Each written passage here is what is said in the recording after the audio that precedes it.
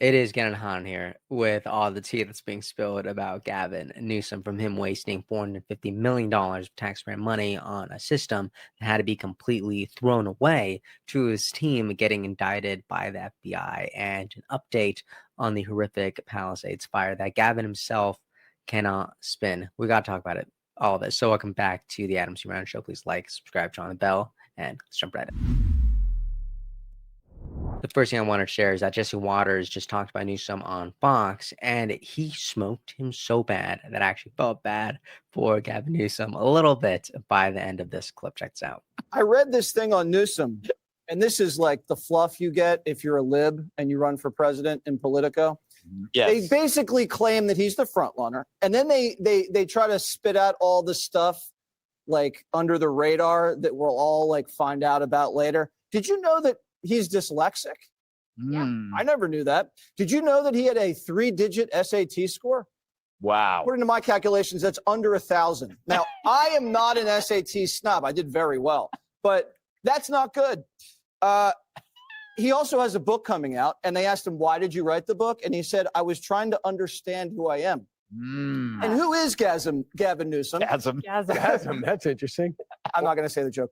The guy, J Mart, whatever they call him, are you progressive? And he goes, well, I'm a hard-headed pragmatist. And he goes, well, are you progressive? And he goes, once a mayor, always a mayor. I get things done. Well, are you progressive? And Newsom says, I don't want to be labeled. It's reductive. So that's who Gavin Newsom is. He's squirrely, but he's ahead. He's leading Kamala Harris in the primary because she's so toxic. You think about in Manhattan, in Virginia, in New Jersey, he had these big elections 3 weeks ago. No one invited her to come campaign. Yeah. They invited Bernie. They invited Barack, not her. That tells you everything. It does tell you everything. But Gavin Newsom does have a ton of political juice right now, and that's why conversations like this matter so much. So we don't California this entire country, because Gavin Newsom is climbing through the market. He is the most likely to be Democratic presidential nominee for 2028, according to the predictions site Polymark. He's at 37% compared to AOC at 12, Pete Buttigieg at 5, and Kamala Harris at 4%. Unbelievably.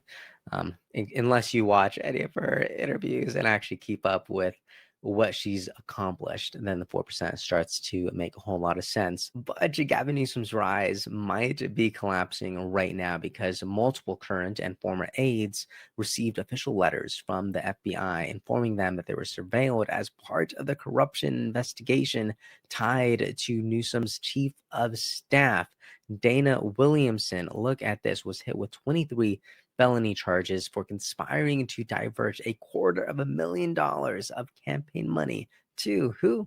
Another staffer. Wouldn't you believe it? So I'm going to go out on a professional limb here to say that Gavin Newsom is not a great judge of character, and this is just a very, very bad look for someone who wants to be president. But hey, unfortunately for Gavin, it does in fact get worse, because look at what I just saw from libs of TikTok. They write, Gavin Newsom spent $450 million in taxpayer dollars for a new 911 system.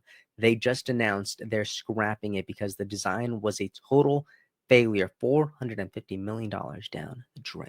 The only thing Newsom excels at is wasting tax dollars on bad projects. So I'm not going to lie to you. When I first saw this headline, I just immediately thought, there's just no way. Maybe there was a mistake. But $450 million? Are you kidding me? That is an uncomfortable amount of money. So I had to look into it some more. The Sacramento Bee, the SAC Bee, confirms that Gavin Newsom's California between 2019 and 2025 has spent over $450 million to 4 technology companies in an attempt to create the next generation of 911 systems. One that would help location services and help communicate with first responders and operators better. But then the unthinkable happened, because look at what this says. When the time came to turn on that system, it didn't work. Complete crickets. You got to be kidding me. Now, I understand you can't put a price on investing in your state to make sure that your residents' safety is the number one priority. I understand that deeply. I have a high value for this. But for it to not work after spending $450 million over 6 years to 4 different companies, for it to not work at all, You got to be kidding me. Seriously, somebody needs to pinch me. But it's real. $500 million completely vanished, evaporated, all for nothing. Justine Bateman says this about Newsom. She writes, the only triumph that California Gavin Newsom has accomplished is losing billions of our tax dollars. If he runs for a U.S. president, don't let him anywhere near that office. 911 system, $450 million gone. Train to nowhere, $17 billion gone. Fraudulent unemployment checks, $30 billion gone. There are more examples. How this guy isn't in jail for failure to execute fiduciary responsibility with our tax dollars is a total mystery. So you know what? You tell me in the comments if Gavin Newsom should be in jail for his inability to make any financial sense at all, please.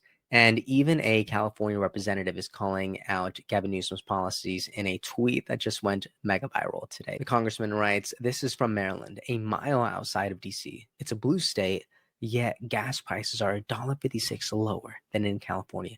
Our residents pay 20 cents more than even Hawaiians, and no other state is even close. The radical policies of Gavin Newsom have made our state uniquely unaffordable. You see, this is what happens when policy meets reality. And every Californian feels this every single day. That's why I like talking about grocery prices. That's why I want to talk about gas. That's why I want to talk about healthcare, because these are the things, these are the tangible things that people feel every single day, and it matters. But instead of working to fix some of these issues that are genuinely pressing, Gavin Newsom is out here sharing these generated images of President Trump as a pig, insulting him. I think the real insult is spending any time at all not working on behalf of the people that you were elected to govern. But here is some good news, if you would call it that, which I don't know if I really would. The Los Angeles Times writes this headline: less than a year after the Palisades fire destroyed 6,822 homes, the first rebuilt home received its certificate of occupancy. Wow, sounds great, right? Right? Wrong. Look at this. Paul Lucky writes that this is pure propaganda. If I carried water for the ruling party like this when I was online editor for the Daily 49er, I would have been fired. It isn't a rebuilt home. It is totally different. 3 times larger development permitted a month before the fire. The fire saved demolition time. And to make matters worse, this is already pretty bad, but to make matters even worse, this home isn't even for a real family to live in. The LA Times' own article says that this house is just a showcase home designed to sell more homes to real victims. This is sick. Really, it's a feel-good story built on sand, much like someone else I know. Anyways, that is the video from $450 million that was flushed down Gavin Newsom's drain to his team getting indicted by the FBI. And now this fake Palisades story that really only diminishes the pain and frustration that countless victims from the Palisades are still facing to this day. So I'd love to know what you think about all that. All right, tell me what you think about it in the comment section. And hey, if you made it this far, please like, subscribe, turn on the bell. It really means a whole lot to me. And I will see you all next time. Thanks for watching.